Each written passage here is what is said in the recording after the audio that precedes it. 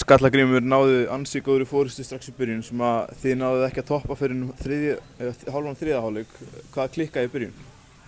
Þeir voru bara hitt alveg gríðarlega vel og voru með yfir 50% þriggjastiganýtingu.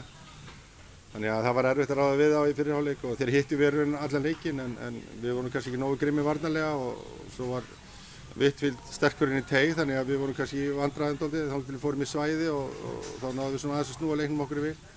En þannig að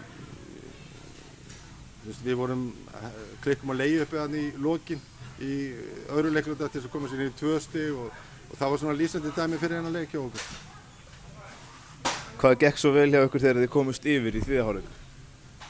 Við vorum að sækja ágætlega á körfuna og Sherwood var náttúrulega gríðarlega öflugur í sókn en mótið komið við vorum að skora en varnarhlutin okkar var bara ekki góður í dag.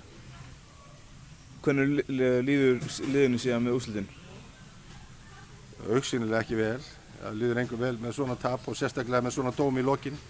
Að svona leikrindi dómar eins og Kristinn Óskarsson skuli dæma svona, maður bara skilur þetta ekki. Það vissi enginn hvað að vera að dæma og ég held með þess að Borgnesingur hafa haldið að vera að dæma á þá.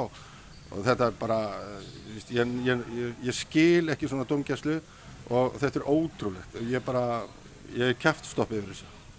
Takk fyrir.